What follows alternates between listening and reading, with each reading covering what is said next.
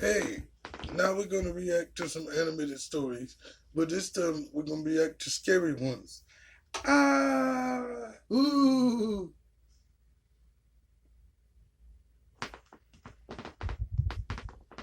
gotcha. I've always had a innate fear of the night. Not so much the dark, but the night itself. As a child, my imagination was overcome with stories of creatures that come alive at night in the safety offered by a house and light. I never had anything to base this fear on, until a night when I decided to go with a buddy of mine to a baseball game and got stuck at a light at 2 a.m. after dropping him off at home. Of course, that night, the game went into extra innings, and so I didn't get a chance to drop my friend off back home until well after 1 a.m. Everything was fine on the way home until I hit a light right before the street that led to my house. It was a T-junction, and I was turning left. The light is one of those that you think is broken until it finally turns green right when you finally decide to just run it. So, of course, I pulled up right as the light turned red. I would have just run the light, seeing as no one was there and it was closing in on 2 a.m. on a school night. But earlier that week I had heard the phrase, character is what you do when no one is looking, and for whatever reason, that was the night I decided to prove to myself that I was a man of character. Big mistake. I pulled to a stop at the light, feeling good about myself, bordering on self-righteous, when I happened to look out of my window to my left and noticed a lady sitting all alone on a bus bench. We made brief eye contact, and I quickly looked away. It was too late. I could see movement out of my peripheral vision and knew she was coming my way. I looked out the window and noticed she was carrying a bag. I quickly checked that my doors were locked and that all my windows were up. I then moved my right foot above the accelerator just in case and braced myself for what was to come. Yes, bitch, we about to I was drive hoping off. it would just be an awkward exchange and was praying for a quick light change before she reached me so I could just get out of there. Fuck a light change. But I knew there was a slim chance of that. It's 2 in the She morning. walked right up to my window, put down her bag, and began to tap on my window. I nervously looked up at her, and she mentioned for me to put my window down.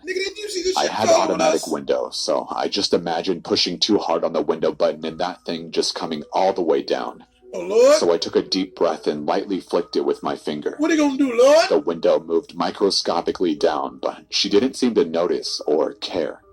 She then leaned in and began to talk. She said, My boyfriend beat me up. I have a friend who lives down the street. Can you give me a ride? Hell no. I should stop and give you a brief physical description of the bag lady.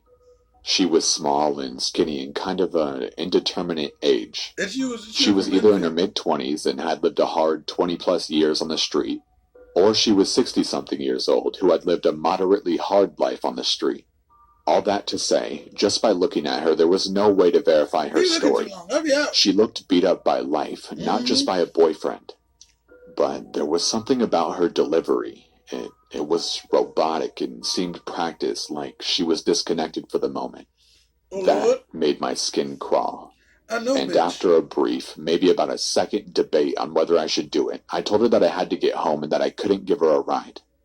After my first refusal, she leaned in closer and said the same thing again.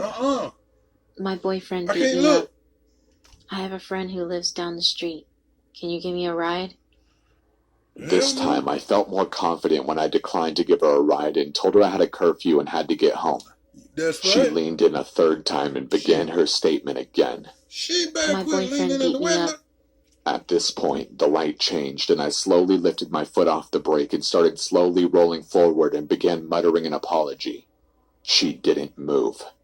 She just looked at the light, looked down at me, leaned in closer, and said 5 words that have haunted me ever since. You made the right decision. Then she picked up her bag and walked back towards the bench. I peeled out of the intersection and cried and screamed all the way home. I have no idea what she planned to do, or if there were more people waiting to jump in my car from the bushes had I moved to let her in. But that encounter has haunted me ever since, and has confirmed in my mind that nothing good happens after dark. Now somebody say what? You made the right choice, because I was going to kill your stupid ass. I was on an equestrian team throughout middle school with about 9 other girls. My coach's name was Deborah, and one of the most awesome things about Deborah was that she'd always take our teams on reward trips or events. Trips included outings such as movies, water park dates, or just barn sleepovers. This particular trip was a trail ride overnight. We were ecstatic as trail overnights were only a summer thing, and it was one of the first ones of the year. Basically, a trail overnight was a weekend that we would go on a 3-day-long trail ride. We'd pack a bag or two, meet up on Friday morning at the stable, load up our horses and bags into the 3 trailers, and be on our way. That was exactly how it happened this particular trip. Everything went exactly as it should have, and we set off to a trail near the Sleeping Bear Dunes, as I live in rural Michigan. Things got odd a few hours into the trip. We had all left at about 7 in the morning, so that left us with plenty of daylight to do fun stuff after we got settled into the campsite. Deb had us all saddle up to go along the Lakeshore Trail. Once everyone was in the saddle, we set off on a narrow, single-file only trail that wound through some woods and eventually would lead us to an overlook of the beach. But they look I was Caucasian, so we completely in my zone. My horse, Aries, was not. It was like he and a few other horses were sensing something that nobody else did. But we chalked it up to being in a new place that we had never camped before. Being that Aries was a Mustang, I thought maybe his wild instincts were kicking in after a few years of being domesticated as well. At about 7 o'clock that evening, while Deb and the stable hand Carla cooked up hot dogs and the rest of us had to come back from swimming, I decided to take Aries out for a quick trot and a loop around the campsite in hopes to calm him down. I grabbed my helmet and mounted up, not bothering to grab reins or saddle up, and just tied the lead rope to the other side of his halter. The ride went how I expected it to, with Aries acting up. Although this time his behavior was different. He didn't just seem agitated, he seemed distressed, like something was really scaring him. I looked around and couldn't see a thing. No deer, no bears, no other horseback riders or mountain bikers or anything. I decided to go down a little trail that would wind back up at the campsite after about 5 minutes rather than just going in a loop. This is where it hit the fan. We had been going for about 2 minutes on this little trail when I started feeling funny. Oh, don't do it. We were being watched. I turned around and nobody was there. At one point of the trail, we came across a big boulder, and this was where Aries stopped completely. No amount of nudging or encouragement budged him. He absolutely refused to go any further. I slid off his back and tried pulling him, to no avail. That's when I noticed where his eyes were focused. He wasn't looking at me, but over my shoulder.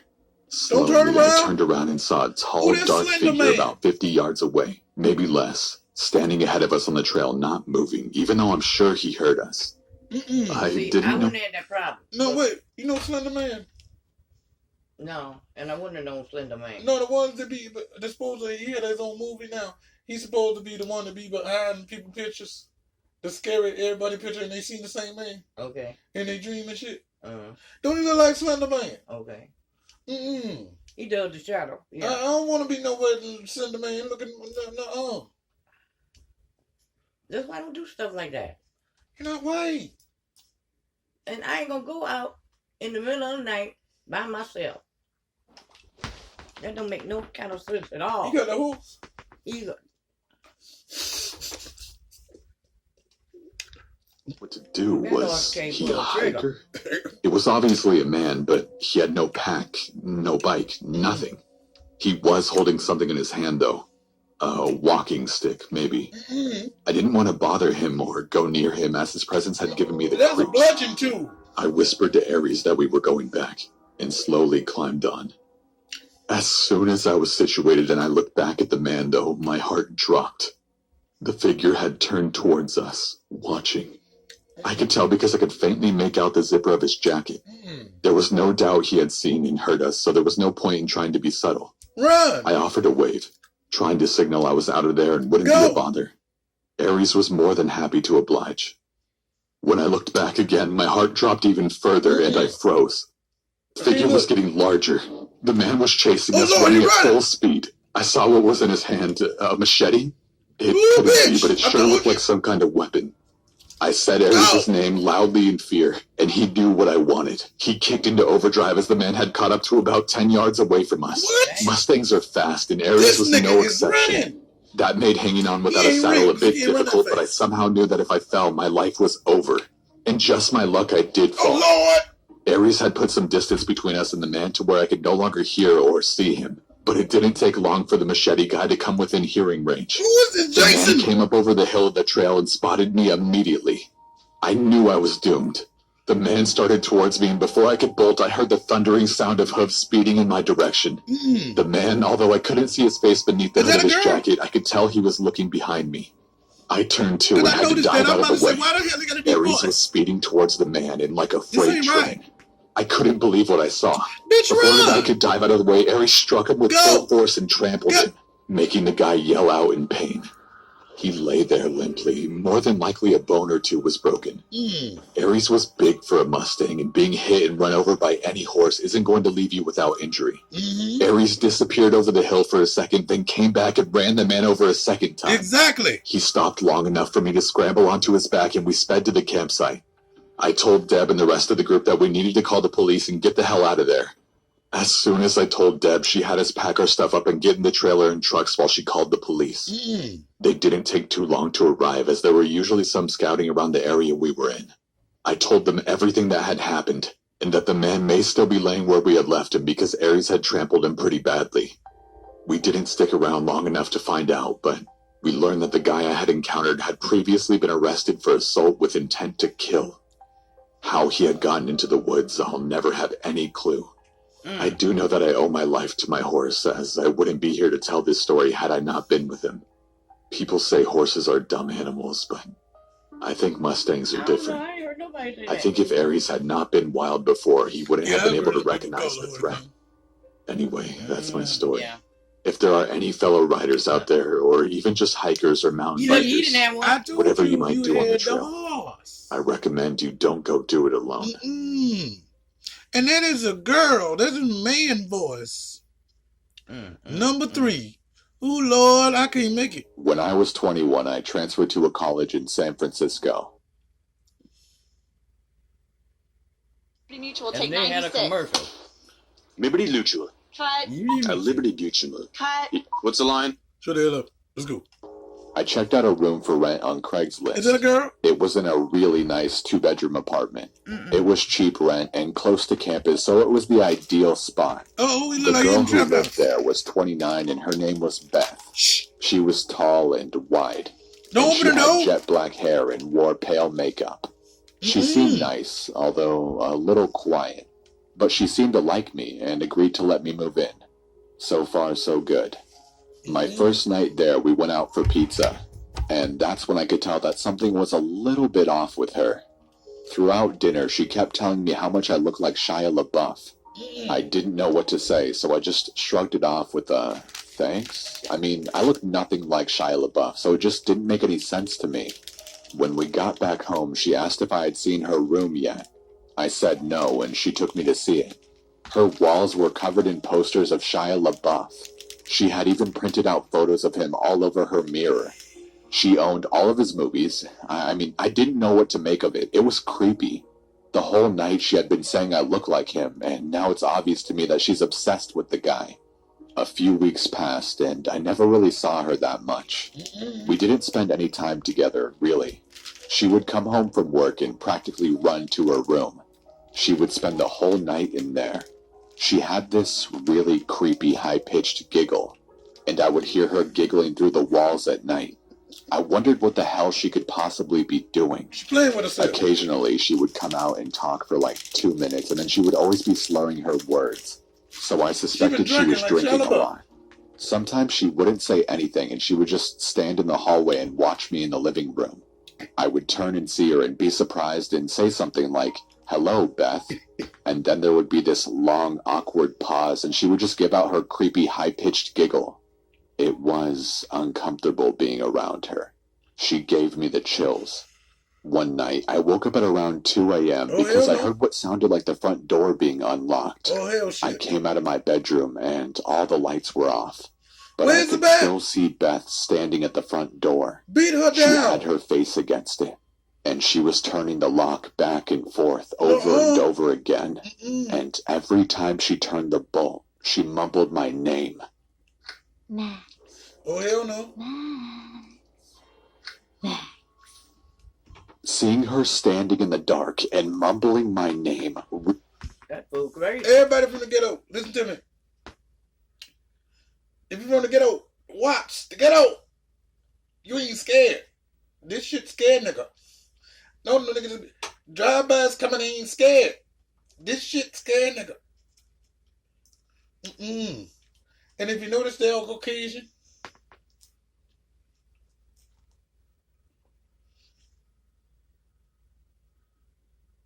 Yeah. Because the story would have been over as soon as I saw this crazy shit right there.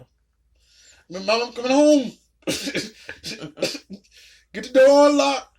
Quick, run it in. That's some shit. What are you gonna do, Lord? Call me when you at the door. Open that shit already. I'm already outside. I'm ready. I ain't need to call. I got on Aries and I was out. Bitch, the door. What the? No, ma'am. Really freaked me out. Baby girl. And it doesn't help that she kind of looks like a bigger version of the girl from the Ring. I just quietly went back to my room and tried to sleep. One night, I was watching Gladiator and she stumbled out of her room and turned on the living room light, forcing me to pause the movie, which was annoying. She then asked me if I wanted to hear about her ex-boyfriend. It was an uneasy segue into the topic, but I just said sure and then awkwardly sat back to listen to her. 10 minutes into her story, and she was extremely riled up. She was screaming at the top of her lungs about their breakup. Bitch, I was worried that the neighbors were going to call the cops, and she wasn't listening to me when I was asking her to lower the volume. Amidst all of her screaming, one thing she said really freaked me out. She was in such a fit, and she yelled that she'll slit his fucking throat. That was a big game changer. Suddenly, I had no idea what this girl was capable of. Yeah, you did. I mean, she was practically a stranger, and everything I had seen was becoming alarmingly disturbing. After a few more minutes, she told me thanks for listening and started doing her giggle. I got out of there pretty fast and went to my room to go to sleep. I had a pretty unsettling feeling about being in the house with her. And what's worse is that there was no lock on my bedroom door. I pushed the edge of my dresser in front of it to act as like a little barricade. I woke up in the middle of the night to the sound of my dresser scraping against the floor. Oh, hell no. Beth was pushing the door open. Shit, no. I turned on my light, shouting at her to stop. I could see her through the opening of the door. She was so drunk and had this insane look in her eyes. I pushed the door closed and yelled at her to go to bed. I could hear her walk back to her room. She ain't gotta go to bed, I couldn't fall back asleep. The next morning, when I went out into the hallway, my heart dropped. I saw that one of her steak knives was on the floor by my door. Oh, Lord. I got goosebumps all over my arms. All I could think about was her saying she would slit that guy's throat. I confronted her about it, and she said she didn't remember trying to push my door open. She said she didn't even remember telling me about her ex. I had enough. My lease was month to month, so I found a new spot and moved out. About a month after I moved out, she contacted me. I was at the movies and my phone was off. When I got out, I turned my phone on. And to my shock, I received 40-plus text messages that she had sent me over the past 2 hours. They were all just insane texts that ranged from everything between, "Hi, how are you?" to, "I fucking hate you." It was insane. I didn't respond, and I never heard from her again. I always wonder, if I hadn't set my dresser in front of my door, would she have quietly crept into my room and slit my throat? It freaks me out. Hell no. Shit. Hell no. Shit. Hell no.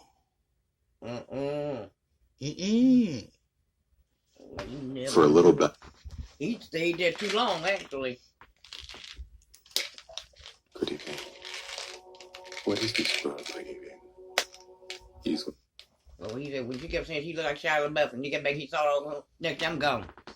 Backstory, I'm trans. I try to present as male as best as I can, but it's still pretty obvious that I'm biologically female. I have short hair and I wear guy clothes, but I have a very unmistakably female face. I also live in a very religious area, so it's not a very common or accepted thing.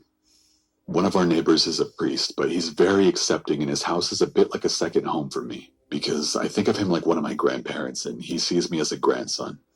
Anyway, I was walking home from school during the winter a few years ago, and it had started snowing. Needless to say, it was pretty damn cold, and I was miserable. The wind felt like it ignored my clothes and chilled me right to the bone. It was hard to hurry because the freezing wind made my muscles really stiff. I know. I was only maybe a quarter of the way home when a car slowed down and pulled up next to me. It was just a little old lady. She looked nice enough, and at this point I was willing to do anything to get out of walking another 3 miles in the cold, so I got in when she offered to give me a ride. Hell no. It felt a hell of a lot better in that car than it did to walk. She was very nice at first. She prattled on about how her grandchildren went to the same school as me, talked about how lucky we were to live in such a nice Christian community, and so on. When she started on about being a good Christian, about how much she loved Jesus, I was a bit uncomfortable, but I didn't say anything. After all, even though I'm not a Christian myself, it isn't my place to say anything about religion. You just had a Believe little- what you believe and all that. She'd just been nice enough to give me a ride, so I didn't want to offend her. When she started talking about Leviticus, that's when I knew I had messed up by getting into her car. She started going on and on about gay people and how they're just confused, how man should not lay with man, and so on. We were getting close to where I was going to have her drop me off. When I mentioned that she could drop me off there, she looked over at me and didn't say anything. She didn't slow down either. I was starting to get nervous. Nigga, I would have We jumped passed out the and point touched of her the like a motherfucker. I I looked was over at her and said something along the lines of, "You can let me out here." She gripped the steering wheel really hard and said, I can't let you out. You need me. Oh, I asked her what the hell she was talking about, and she turned to me. Your short hair. I knew I needed to help you when I saw it. You're a sick girl. You need to let go of the demon inside you. I tried to cast aside the discomfort of being called a girl and stumbled out something about just liking short hair, having a boyfriend, anything that would make me seem a little bit more innocent in her eyes. But it didn't look like she believed me. I wanted to cry as I watched the drop-off point get further and further away. I begged her to let me out, promised that I would go to church, repent my sins, as long as she let me out and let me go home to my family. She screamed at me that she hated dykes and that she was going to call her son to help her, quote, fix me. At that point, I knew I needed to get out. I grabbed the handle and unlocked the door, only to feel my hopes sink as the electric lock kicked in and relocked it. Oh, She Lord. was still screeching about how I just needed to be with a man and it would fix me. That accepting God's truth would fix me. It might sound ridiculous to be afraid of an old Christian lady, but I was terrified. I was so scared of what would happen if I didn't get out. I took my chance and rolled down the window as fast as I could and made a jump for it. There you go. I landed on a pile of Run, rocks and my nigga, breath run. was knocked out of me. I could hardly move. Everything in my body hurt horribly, but I knew I needed to get out of Dodge before she decided to come back. I got up and limped into my neighborhood. As soon as I came to that old priest's house, I snapped out of the stupor I was in and was hysterical. I banged wildly on the door until he let me in, and I cried uncontrollably while he called the police. I was taken to the hospital after I told the police what had happened. The jump from that car broke my femur in 4 places and cracked both my knees. It amazed doctors that I was able to make it to the priest's house in the condition that I was in. I've never seen that lady again, or her car, but since then I never walked to or from school alone anymore. I can only hope nobody ever got into her car again. Wait a minute, bitch. You broke your femur and cracked some shit and you was walking. Both her knees. I don't think so. I damn that hoe. Uh-oh, story number 5, y'all. Number 5. So, I've been watching a YouTube series about deep web exploration. I won't don't name do the that. series or the channel it belongs to. I mean, I'm not getting paid for advertisements. Anyway, I looked up a video on how to access said deep web. Edit your selfie with Facetune 2, and you'll never post a photo without it again. I did it fast and dirty. Not much research on what not to do. Big mistake. Let me tell you right now, using Windows on the deep web is a bad idea. That much I did know. Easy to get hacked that way since it's the most prominent OS. I know you can boot up a live USB on a Linux clone OS. I mean, a simple Google search can tell you how to do that. It's not as difficult as it sounds. But I figured if my laptop gets hacked, I'm screwed. I can't exactly afford to just buy a new one right now. So I thought I'd be smart and use my Android tablet. What a genius, right? Yeah, I know. I'm an idiot. So, a few VPN apps later and I'm surfing the deep web, looking around like a little kid in an adult store. I have no clue what any of it means, but I'm interested in it all. I'm aware you can find a lot of snuff in pedo rings, so I treaded carefully. Unfortunately, I stumbled upon one of the two. I'm not going to say which, but it made me sick to my stomach and I nearly quit then and there. In fact, I did, for a few minutes. I chalked it up to bad luck and resolved to be more careful. I'm not into that shit, not by a long shot. I'm not some deviant with fetishes for snuff or kids. Jeez, man. That image will probably be burned into my brain for the rest of my miserable life. Anyway, I'm browsing for a few hours and it's after 3 a.m. I've heard it's better to use the deep web at night. Less traffic that way. I found a few interesting sites. There's tons of religious stuff on there. You'd be surprised how often you find Satanists. Or at least people who claim to be Satanists. Most of the time, it's likely to be some edgy teenagers rebelling against their religious families. I won't get into my religious views, don't worry. It even has several of its own social networks and email services. No, thank you. You're begging to be stalked by some creep if you use one of those. Or better yet, get scammed by a catfish or honeypot. There are loads of conspiracy blogs as well. Both interesting and hilarious.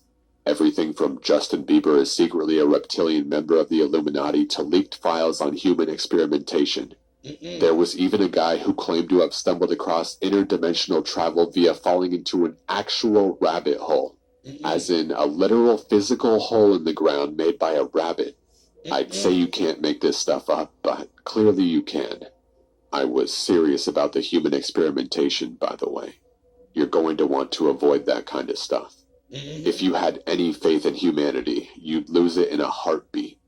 My God, I mean, I hope that stuff wasn't legit. Gun shops, drug shops, celebrity nudes, pirated movies, hackers for hire, hitmen, virus programmers, script kiddies, stolen credit cards, you name it. There was one site that sold stolen US currency that was supposed to be marked for shredding due to age or poor condition. Seems like they got a lot of business, too. No wonder the economy is in the toilet. Don't get me wrong, there's a lot of legitimate stuff on there, too. I visited the site of a really smart dude who was creating his own custom operating system. Even had games and stuff on it. There was funny things, too. A mock cult made for people named Dan was among my favorites. The people that weren't maniacs seemed to be open-minded, if a little paranoid. Then I came across a site that supposedly gives you access to the webcams of people's personal laptops. I was curious. I shouldn't have been, I know. I'm not expecting to see some cam girls here. Just some slack-jawed people staring blankly at their screens while watching Let's Plays or some shit. And that's exactly what I saw. Neckbeards, teenagers, old men looking confused, the works. Here's me laughing at unsuspecting people. Then I saw myself. Ha ha, very funny, I thought sarcastically. It's tapping into my camera and trying to give me a good scare. I got a beard. It almost did, at first. Even so, I logged off. I kinda realized how bad what I was doing was. Not to mention how illegal it was. I went back to the clear web and watched some Netflix.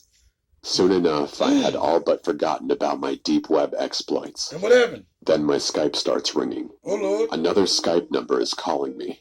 Don't I answer. think maybe it's one of my friends trying it out. Don't After all, answer. I have been pestering one of them for a while to get on Skype so we can chat while playing games on Steam. So I pick it up. Hell no. At first there was silence. Then I heard a voice. A man's voice. He sounded like he was an older guy, 50 plus. Looking good, he said. Without a second's hesitation, I hung up, deleted every deep web related app on my tablet, shut down and restarted my router. I have no fucking clue how that guy got my Skype number. And to be quite honest, I don't want to know. All I know is, if you're going to use the deep web, I beg of you, for your own safety, do more research than I did. Talk to someone who has experience in setting up a proper VPN or some other kind of anonymity. You're sure as hell not going to find it on fucking Google Play. Okay, that was scary. We'll be back with some more. But like I said, glad I ain't wait.